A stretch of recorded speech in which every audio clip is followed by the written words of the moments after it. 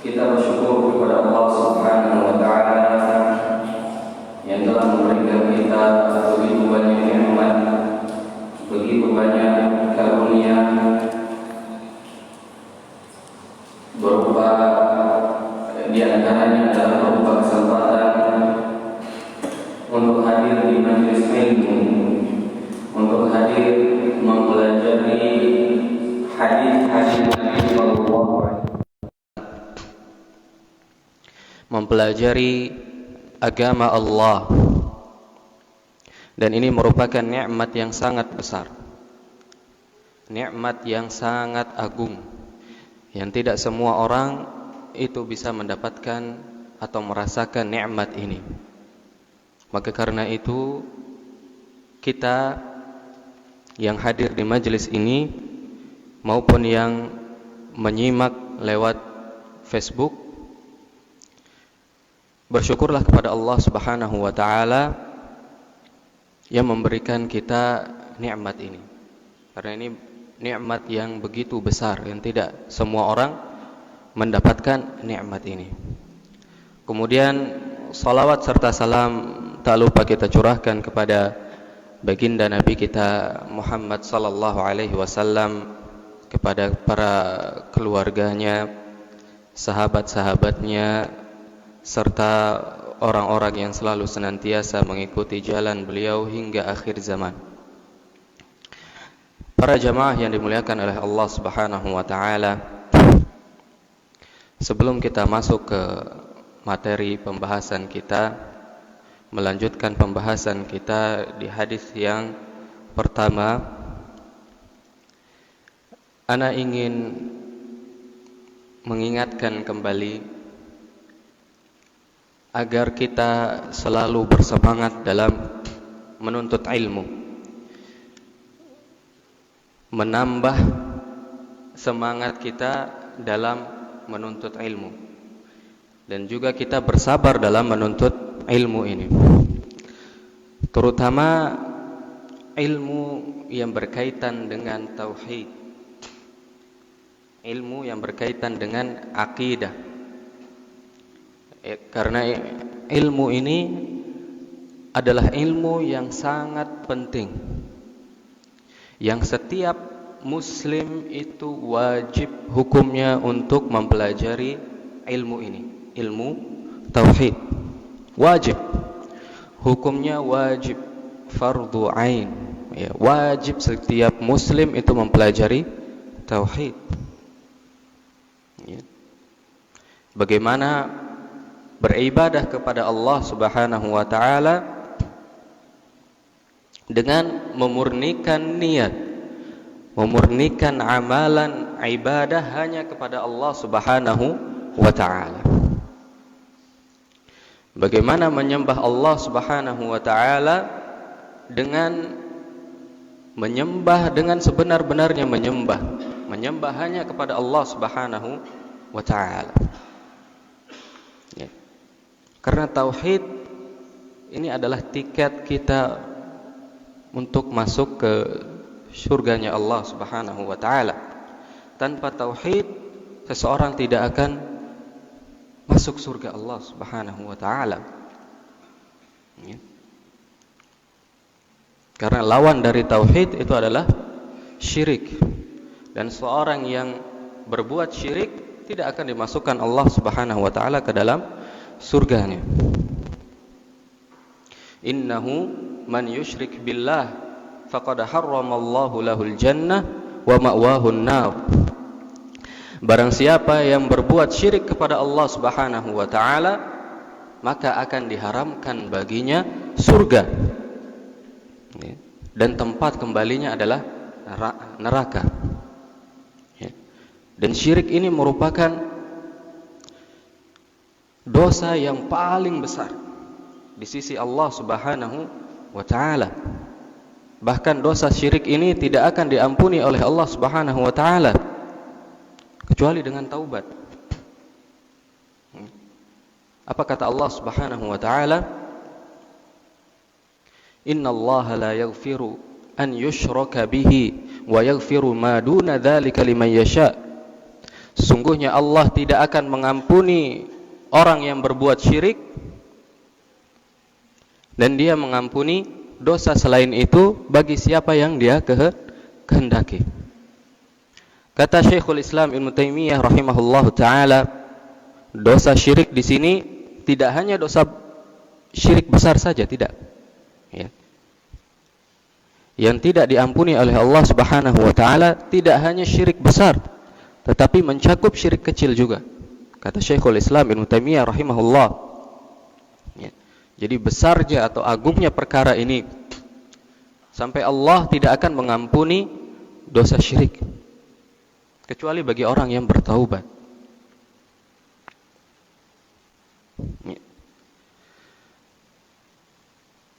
Sekarang di negeri kita ini telah merajalela kesyirikan dan begitu menyebar.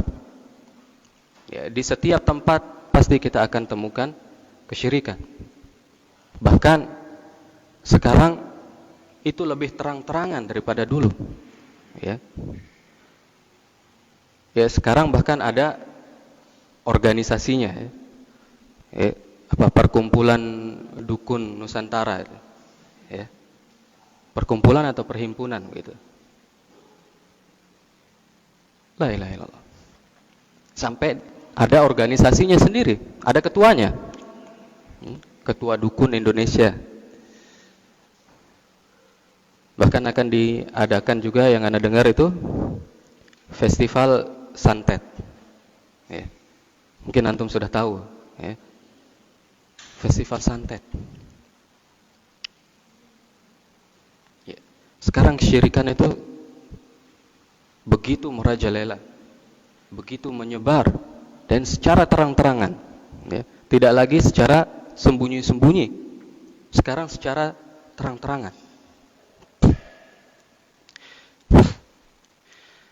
Apa kata Nabi SAW? Man ata arrafan. Ya, di dalam Sahih Muslim disebutkan Nabi SAW bersabda, man ata arrafan.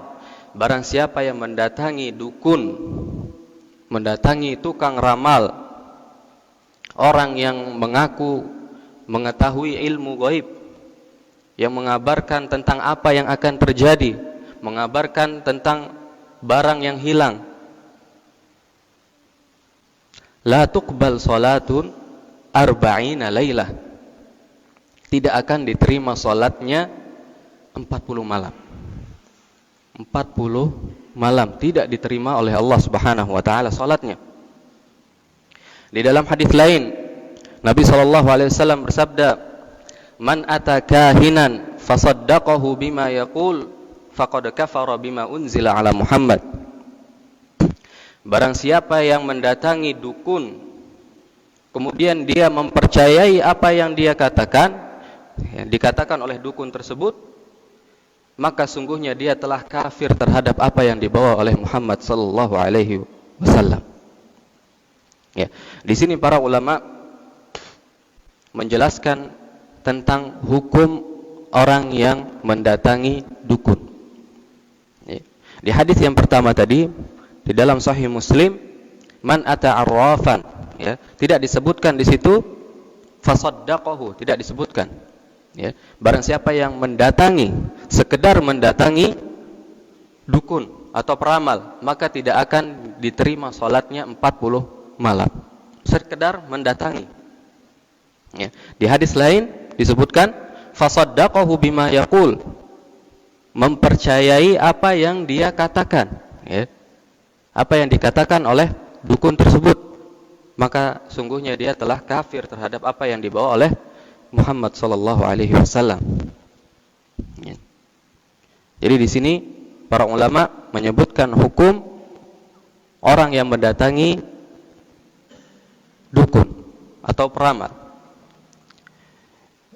Yang pertama, jika dia mendatangi dukun atau peramal, tujuannya adalah untuk menguji dukun tersebut atau mengajaknya bertaubat, maka di sini hukumnya boleh, ya, boleh saja, ya, boleh. Bahkan dianjurkan, bahkan dianjurkan. Tapi jika datangnya di sini, ya, dia mendatangi dukun atau peramal, tidak untuk mengajaknya bertaubat, tidak untuk menguji dukun tersebut, maka ada dua hukumnya. Ada dua hukumnya. Yang pertama, jika dia tidak mempercayai apa yang dikatakan oleh dukun tersebut atau peramal tersebut, maka sholatnya tidak akan diterima 40 malam. Ini minimal, ya.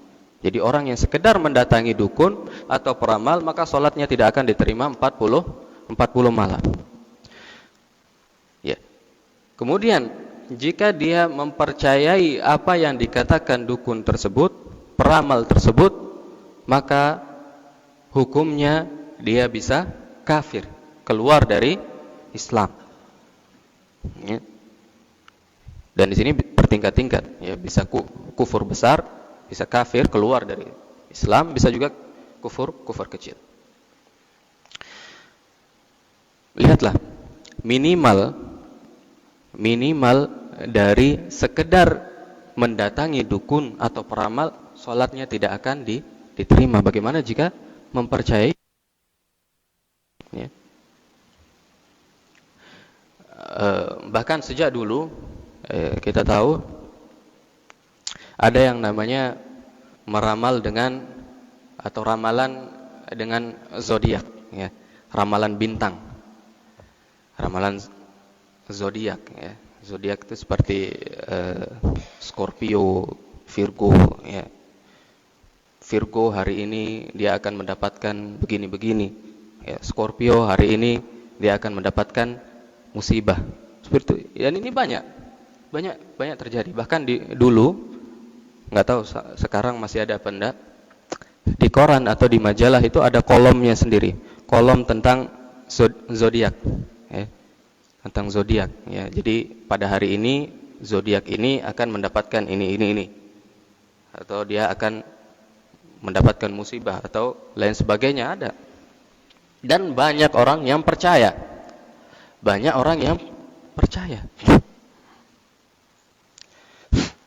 Maka dari itu para hadirin yang dimuliakan oleh Allah Subhanahu wa taala, hendaknya kita memperkuat diri kita dengan tauhid. Dengan tauhid. Bagaimana caranya? Tidak ada cara lain. Belajar. Kita harus menyibukkan diri kita dengan belajar tauhid. Karena ini, hukum belajar tauhid itu hukumnya wajib. Ya. Wajib bagi setiap muslim untuk mempelajari tauhid. Dan insyaallah mungkin jika ada waktu kita adakan sedikit atau daurah beberapa hari, kita bahas tentang kitab tauhid. Ya, mungkin bisa diatur oleh panitia nanti. Siapa yang mau bisa daftar, kemudian kita adakan daurah tentang kitab tauhid. Kita bahas dalam 1 minggu atau dua minggu. Karena pentingnya masalah tauhid ini.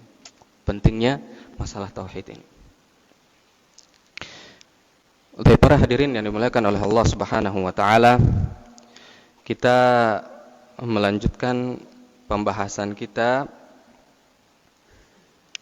tentang masih di hadis yang pertama dari kitab Al-Arba'in An-Nawawiyah, 40 hadis di dalam kitab Arba'in An-Nawawiyah.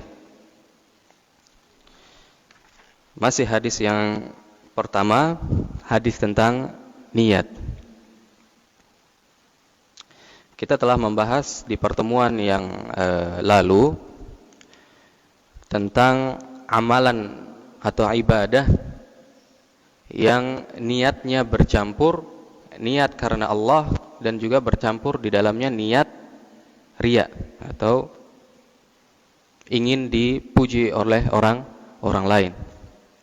Kemudian kita juga telah membahas bagaimana cara menghindarkan diri kita dari yang namanya riya.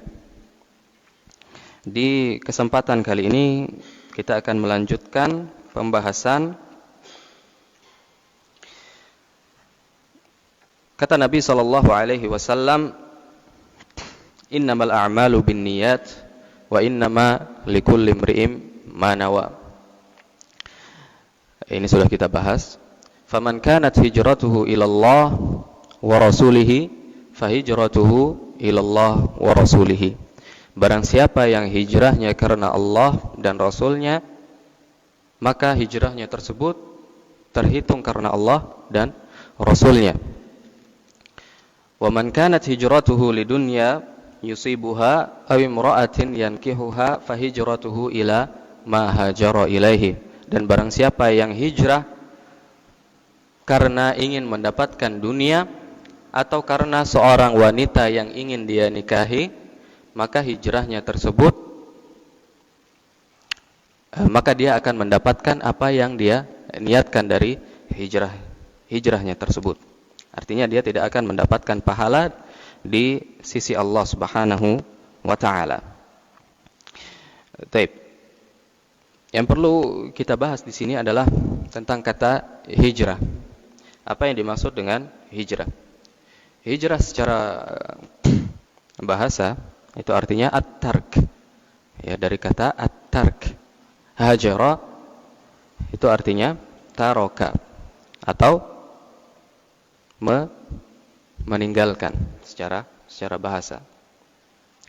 Wa asluha an takuna ila Allah azza wa jal wa ila rasulih sallallahu alaihi wasallam. Dan asal hijrah itu adalah hijrah kepada Allah dan juga hijrah kepada Rasulnya. Bagaimana bentuk hijrah kepada Allah Subhanahu wa taala dan juga bagaimana hijrah kepada Rasulullah sallallahu alaihi wasallam. Hijrah kepada Allah Subhanahu wa taala yaitu dengan bil ikhlas, dengan memurnikan ibadah hanya kepada Allah Subhanahu wa taala. Beribadah hanya untuk Allah Subhanahu wa taala. Ya. Wa btigha ma indahu, dan juga mengharapkan pahala dari Allah Subhanahu wa taala. Ya. Jadi hijrah kepada Allah itu maksudnya beribadah hanya kepada Allah Subhanahu wa taala dan mengharapkan pahala hanya dari Allah Subhanahu wa taala dan tidak mengharapkan ganjaran dari orang lain atau pujian dari orang lain. Kemudian hijrah ila Nabi sallallahu alaihi wasallam, hijrah kepada Nabi sallallahu alaihi wasallam yaitu dengan bittiba'ihi warraghbati fi ma jaa'a bihi. Dengan mengikuti Nabi sallallahu alaihi wasallam, meneladani Nabi sallallahu alaihi wasallam, mencontoh Nabi sallallahu alaihi wasallam, warraghbati fi ma jaa'a bihi, dan juga mencintai apa yang dibawa oleh Nabi sallallahu alaihi wasallam, ya. Jadi itu yang dimaksud dengan hijrah.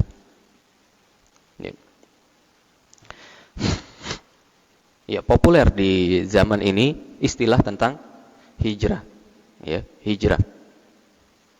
Jadi seorang yang berhijrah itu sejatinya adalah orang yang memurnikan ibadah hanya kepada Allah Subhanahu wa taala dan mengharapkan pahala hanya dari Allah Subhanahu wa taala. Ya. Kemudian dia mengikuti Nabi sallallahu alaihi wasallam dan juga mencintai apa yang dibawa oleh Nabi sallallahu alaihi wasallam. Ya, itu hijrah. Wa min athari dzalik al-hijratu al-khassah allati hiya intiqalun min daril kufri ila daril Islam. Dan juga ada yang namanya hijrah khusus, ya, yaitu hijrah atau perpindahan dari negeri yang kafir menuju negeri Islam, ya. Kahijratis sahabah min Makkah ilal Habasyah, seperti hijrahnya para sahabat dari Makkah menuju Habasyah. Wa kahijratis sahabah aidan min Makkah ilal Madinah, dan juga seperti hijrahnya para sahabat dari Makkah menuju Madinah, ya. Ini dinamakan dengan hijrah al-khassah, hijrah secara khusus. Dan hijrah di sini, hijrah yang khusus ini itu memiliki hukum-hukumnya sendiri. Memiliki hukum-hukumnya sendiri, ya. Dan memiliki syarat-syaratnya sendiri, ya. Bisa jadi hijrahnya itu hukumnya wajib, bisa jadi sunnah. Wajib, ya, hukum hijrah dari negeri yang kafir menuju negeri yang Islam itu bisa menjadi wajib ketika di negeri yang dia tinggali tersebut dia tidak dapat menampakkan keislamannya. Dia tidak dapat menampakkan keislamannya. Kemudian jika dia menampakkan keislamannya, dia takut akan dilukai atau dimusuhi oleh orang-orang di sana. Maka hijrah di sini bisa menjadi wajib, tentu dengan syarat-syaratnya yang lain. Dan juga bisa menjadi sunnah atau mustahab, dianjurkan, ya. Ketika seorang tinggal di negeri di mana di negeri tersebut masih bisa dilakukan syiar-syiar Islam, bisa ditampakkan syiar-syiar Islam. Tetapi di negeri tersebut merajalela bid'ah, misalnya kesyirikan, maka hukum hijrah dari negeri ini itu sunnah, tidak wajib, tapi lebih dianjurkan agar dia bisa terbebas dari syubhat, ya, bisa terbebas dari kesyirikan ya, atau kebid'ahan yang ada di negeri tersebut. Dan mengenai hijrah ini kita tidak akan berpanjang lebar membahas hijrah ini karena ada pembahasannya sendiri.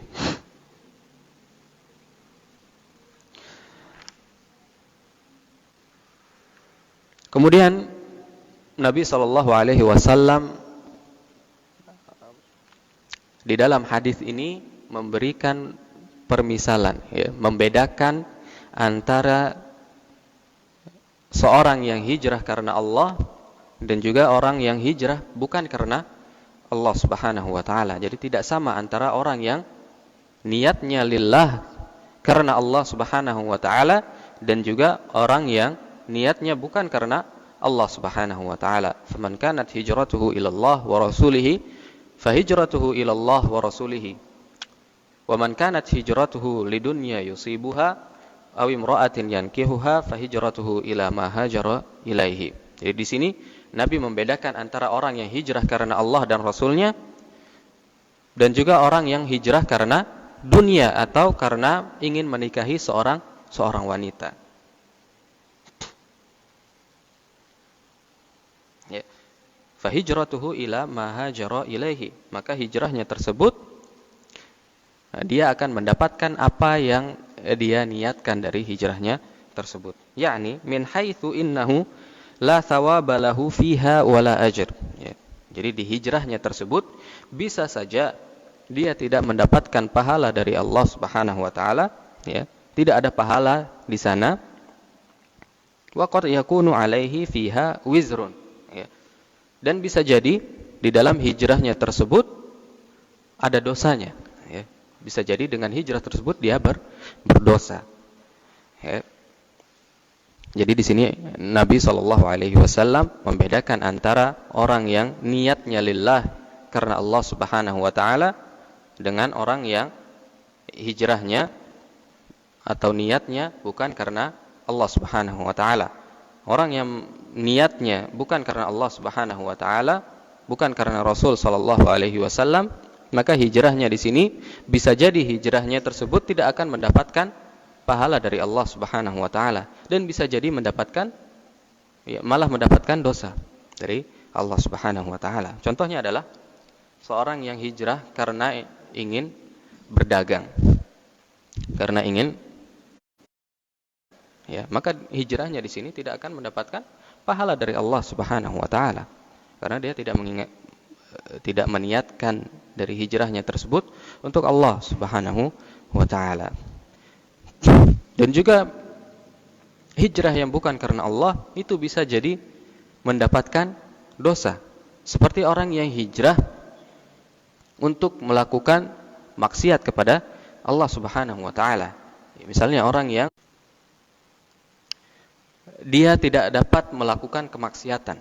Misalnya, jika dia melakukan kemaksiatan maka dia bisa dipenjara atau bisa dihukum dan lain sebagainya. Kemudian dia pergi ke negara yang bebas. Ya, dia hijrah ke negara yang bebas yang tidak ada hukuman bagi pelaku maksiat. Maka di sini hukum hijrahnya tersebut menjadi haram. Ya, dan bisa mendapatkan dosa dari Allah Subhanahu wa taala. Ini pembahasan tentang hadis yang pertama, hadis tentang niat. Dan pembahasan tentang niat ini panjang lebar ya.